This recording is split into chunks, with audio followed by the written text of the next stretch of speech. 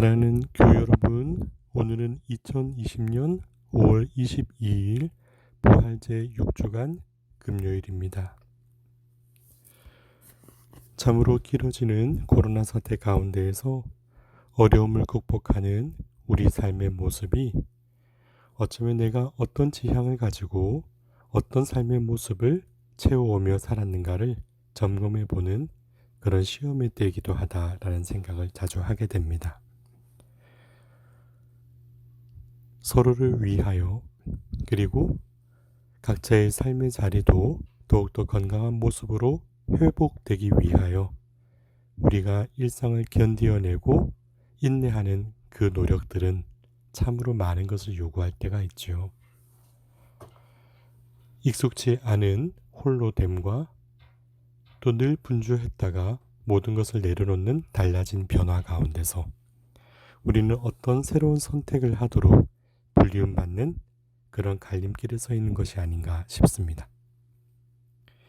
어쩌면 우리 삶이라는 것이 수많은 갈림길 가운데 늘 어떤 길로 가야 할까라는 고뇌 속에 걸어가는 여정이지요. 제가 이런 비유를 자주 합니다. 알파벳 공부를 하듯 우리 A, B, C, D 하고 노래를 불러보자. B, C, D. 그쵸? B라는 것은 birth, 우리의 출생, 이 세상에 태어남을 뜻한다면 D는 death, 곧 이 지상에서의 여정을 마감하고 주님 곁으로 갈 죽음의 때를 이야기한다 할 수 있겠죠. birth, B와 death, D 사이에 놓여진 C, 그것은 제가 늘 초이스, 선택의 여정이라고 표현하고 싶습니다. 어쩌면 우리는 이 태어남과 죽음 사이에서 늘 어떤 선택을 할 것인가를 배워가는 인생이라는 학교를 다니는 것이지요. 삶이라는 것 자체가 배움터요. 내 삶이 멈출 수 없는 끊임없는 배움회로 초대받는 시간이라서 그렇습니다. 이 인생이라는 과정 가운데서 우리는 때로 받아들이는 법도 배우고 또 그만큼 소중한 선택을 할 수 있도록 스스로를 성숙시켜야 하는 과제도 동시에 받습니다. 저는 이 가운데서 늘 탐구하고 호기심도 많았고 진지한 질문도 스스로에게 많이 던져면서 살아왔다고 생각합니다. 늘 제 가슴속에 어렸을 때부터도 이런 의문들이 늘 샘솟았던 것 같아요. 언제부터 그래 왔을까? 그것이 절대적인가? 반드시 그래야 하는가? 참으로 옳은 것인가? 하는 것 등등 말입니다. 이렇게 의문을 제기하는 것, 문제적인 인식을 가지는 것, 어쩜 이렇게 문제에 대해서 고민하는 아이가 문제아지요. 세상은 문제아들을 싫어하지만 어떻게 보면 긍정적인 의미에서 좋은 의미에서의 문제아이기를 바라는 용기도 필요한 것이 아닌가 생각이 됩니다. 제가 참 좋아하는 글 중에 로버트 프로스트가 썼던 가지 않을 길이라는 시를 저는 자주 가슴에 품고 또 강의 때도 사람들에게 질문을 던지는 재료로도 삼곤 했습니다. 그 대목을 들여다보면 이런 내용이었죠. 가지 않은 길, 로버트 프로스트. 노란 숲 속에 길이 두 갈래로 갈라져 있었습니다. 안타깝게도 나는 두 길을 다 갈 수 없는 한 사람의 나그네라. 오랫동안 서서 한 길이 덤불 속으로 꺾여진 데까지 바라다 볼 수 있는 한 멀리 내려다 보았습니다. 그리고 똑같이 아름다운 다른 길을 택했습니다. 그럴 만한 이유가 있었습니다. 거기에는 풀이 더 무성하고 사람들이 걸은 자취가 적었습니다.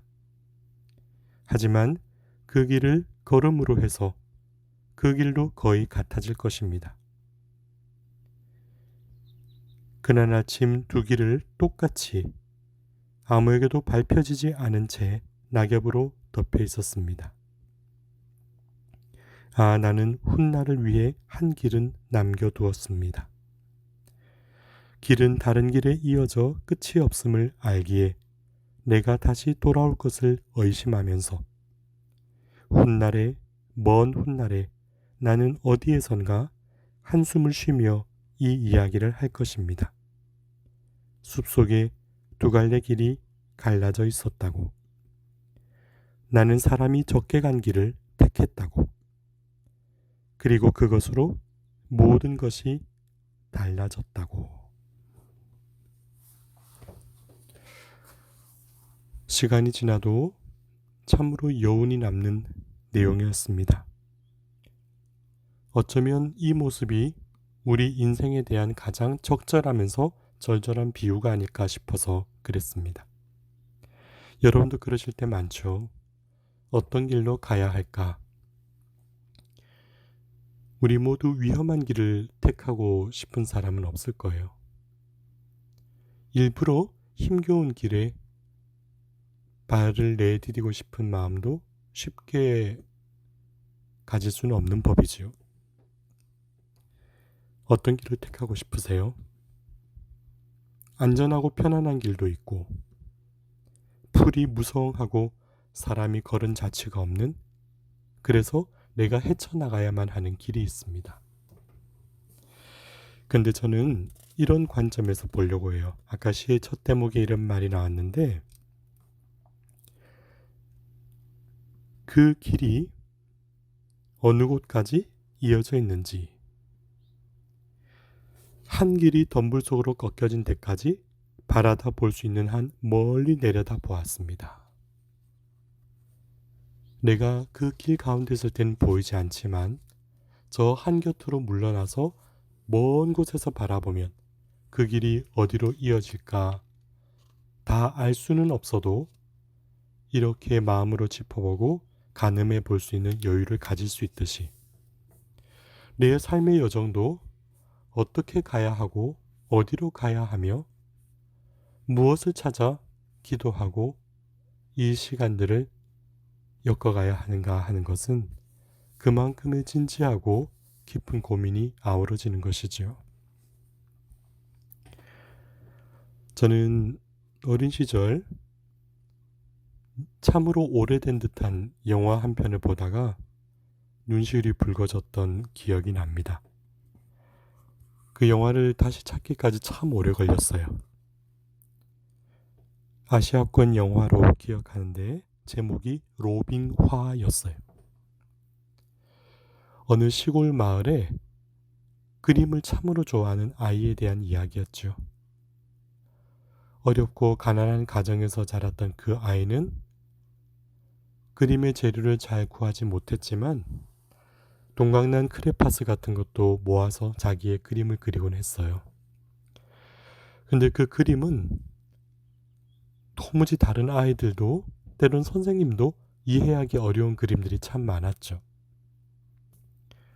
파란 배경에 커다란 동그라미가 그려져 있고 거기에 사자인지 무엇인지가 뛰어드는 듯한 장면을 그린 그림을 보고 선생님도 궁금해서 질문을 던지자 그 아이는 자신이 어린 시절 사랑하는 분으로부터 들었던 동화의 이야기가 가슴에 남아서 그것을 자기의 생각으로 덧붙여서 상상력으로 그린 그림이다라고 설명해주는 장면이 나옵니다. 너무나 기발하고 천재적인 창의력을 가진 그 아이의 그림에 선생님은 매료되지요. 그 아이의 재능을 정말 키우고 싶은 거예요. 그런데 전국 미술대회에 학교의 명예를 걸고 대표를 뽑아야 하는 자리에 아주 부잣집 아이가 등장합니다. 그 아이의 그림 실력도 탁월하죠. 근데 그 아이의 그린 그림을 보고 저는 영화 보다 깜짝 놀랐어요. 그 아이는 교실을 쭉 둘러보면서 한 아이 한 아이를 몇 명인가 다 세고 어떻게 교실의 모양이 이루어져 있는가를 그대로 다 지켜본 다음 그리고 그 모습 그대로 그 숫자 그대로 교실의 풍경을 담아내는 거예요. 참으로 기술적으로 좋은 그림이었는데 거기는 아무런 느낌도 없는 그림이었어요. 그 가난한 아이의 재능을 알아본 선생님께서 창의력이 있고 살아있는 그림인 이 아이의 그림을 내보내야 된다 하지만 학교의 모든 선생님들은 학교의 명예를 위해서 또 학교에 경제적 도움이 줄 이 사람과의 인맥적인 관계를 위해서 기술적으로 잘 그린 이 아이의 그림을 내보내야 된다 합니다. 그 과정에서 이 가난한 아이를 두둔하고 그의 능력을 알아보던 선생님은 결국 학교에서 쫓겨나게 되고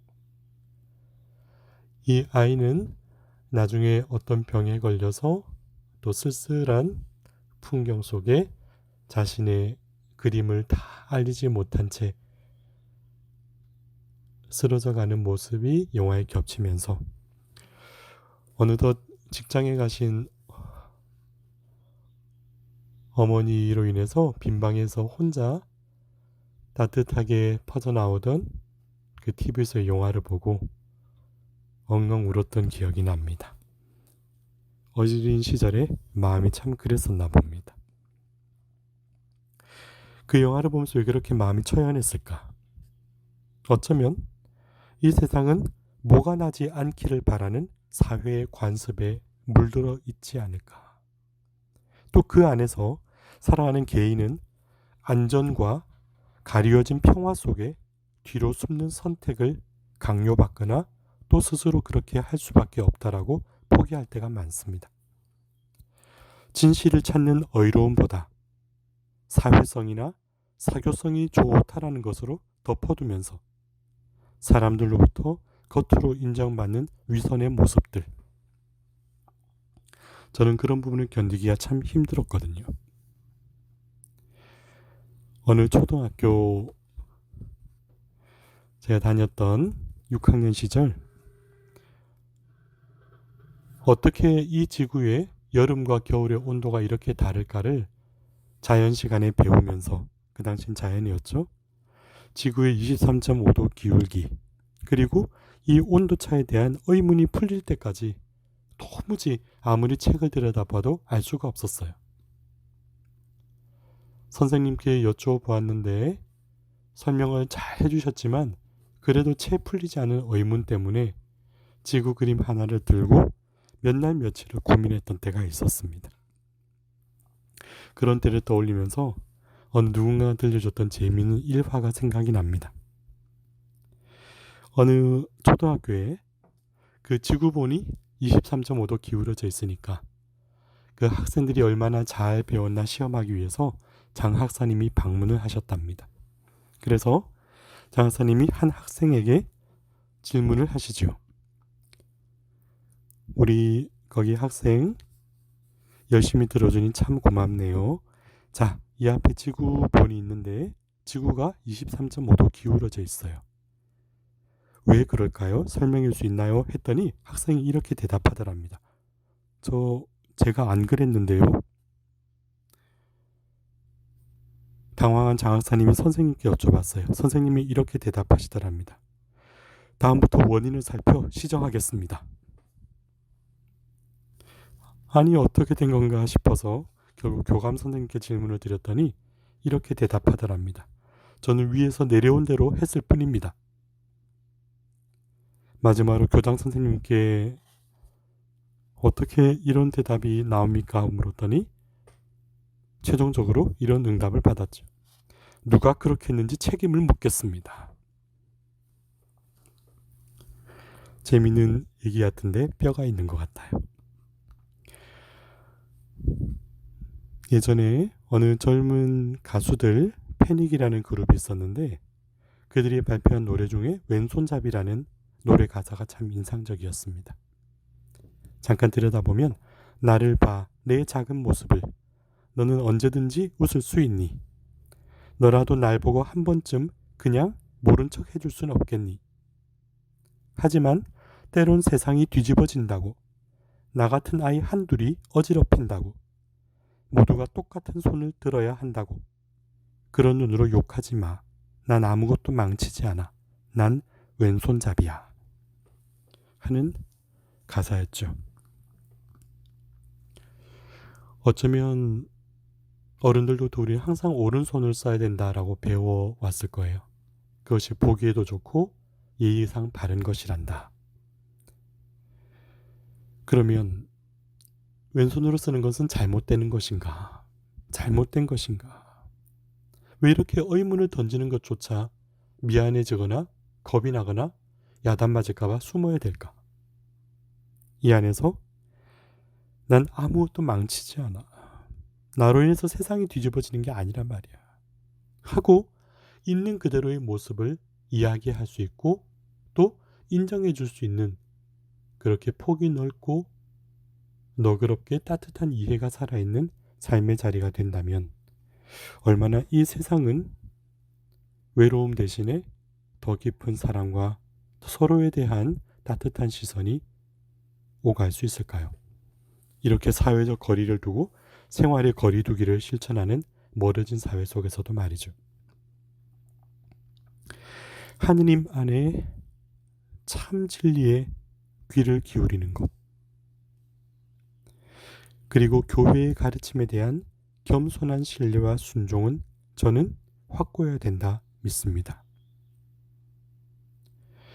그런 하나님의 진리와 교회 가르침에 대한 깊은 순명 가운데, 그러나 내가 걸어가고 있는 현상에 대해서 진단하고 그것이 주님의 뜻과 교회 가르침에 어긋나는 것이거나 부족하다면 용기 있는 변화를 일깨우고 새로운 방향을 설정할 수 있는, 그렇게 새로운 발걸음을 내디딜 수 있는 우리 마음속에 더욱 깊은 신뢰와 믿음도 자리했으면 좋겠다 하는 의지를 마음속에 오늘 새겨보고자 합니다. 그저 안전을 위해서 묻혀서 사는 맹목적인 복종이 아니라 하느님께 대한 믿음으로 견디어내고 선포하는 참 믿음의 길이 될 수 있도록 말입니다. 튼튼한 건물이 되려면 가장 낮고 깊은 기초 위에 그 건물이 세워져야 합니다. 그렇듯 끝없이 새겨듣는 겸손한 경청과 그렇게 영혼이 채워짐 속에 성장하는 신앙의 성숙이 세상에 치우치지 않는 참된 가르침을 전할 수 있는 든든하고 탄탄한 그런 영혼의 모습을 갖추게 될 것입니다. 오늘 제1독서 사도행전 18장 9절에서 10절 사이에 두려워하지 마라. 잠자코 잊지 말고 계속 말하여라. 내가 너와 함께 있다. 아무도 너에게 손을 대어 해치지 못할 것이다. 하고 우리에게 세상의 두려움을 극복할 수 있는 지혜를 일러주십니다. 오히려 그 세상의 두려움 앞에 굴복하게 되면 사라지는 소멸의 슬픔으로 내 생이 흩어지는 것이지만 진리를 찾아 멈추지 않는 발걸음은 비록 그 닿는 곳이 척박한 곳일지라도 거기에 홀씨가 날려 꽃을 피우듯 그런 들꽃의 향기로 외로운 이들에게 위로가 될 수 있는 힘이 될 것이니까요. 현재의 고달픔, 그래서 갇혀있는 듯한 죽음도 언젠가 그 의지를 굽히지 않을 때 약동하는 생명의 말씀이 되도록 주님께서 이끌어 주시는 믿음으로 저는 오늘도 사제직에 충실히 살아가려 마음을 다하려 합니다. 오늘 복음 요한복음 16장 20절 22절에 너희가 근심하겠지만 그러나 너희의 근심은 기쁨으로 바뀔 것이다. 그러나 내가 너희를 다시 보게 되면 너희 마음이 기뻐할 것이고 그 기쁨을 아무도 너희에게서 빼앗지 못할 것이다. 하고 주님께서 용기를 북돋아 주십니다. 하느님 뜻에 맞게 살아가는 삶, 그 삶이 더해질 때 우리는 하나님을 배우는 참 기쁨과 실망이 없는 회복, 그리고 치유로 초대받지 않겠습니까? 수많은 가치관이 혼란스러운 이 시대,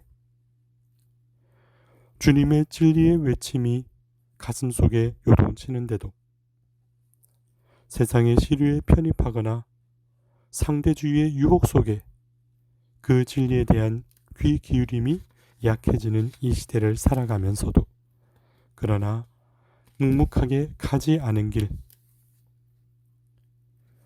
사람의 발걸음이 보이지 않고 풀이 무성해 보여도 그 길을 기꺼이 내딛고자 하는 한 사람의 마음으로 인하여 그 한 사람이 지나간 자리에 발자국을 바라보고 다가온 두 번째 사람에 의해 길이 다져지고, 다져진 길을 보고 이곳에 길이 있구나 하고 찾아든 사람들로 인하여 숲에 새로운 길이 또다시 이어지듯 내 삶의 여정도 그렇게 깨어있는 삶으로 의미를 더하여 문제를 제기하고 주님 뜻 안에 올곧게 서 있는 삶을 살아갈 수 있는 복된 삶의 여정을 걸어갈 수 있기를 간청드린 마음과 여러분들 삶의 꿋꿋함과 당당함에 선물을 더하시도록 기도하는 마음으로 이미사를 정성되이 봉헌드립니다.